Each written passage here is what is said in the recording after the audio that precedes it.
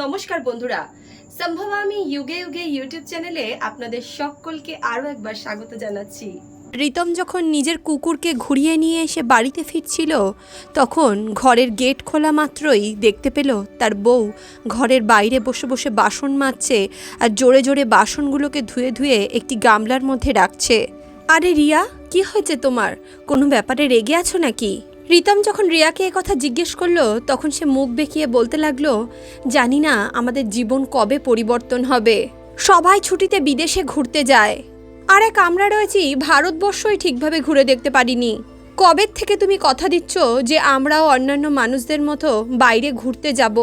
বিট্টু আর ঋতুও তোমাকে কতবার বলেছে কোথাও বাইরে ঘুরতে নিয়ে যেতে, কিন্তু তুমি কখনোই কারোর কথা শোনো না। কোথাও নিয়ে যাওয়ার ইচ্ছা হয় না তোমার আমাদেরকে। রিয়া এইভাবেই বকবক করছিল, কিন্তু রিতমের তার স্ত্রীর কথার দিকে কোনো কানই ছিল না।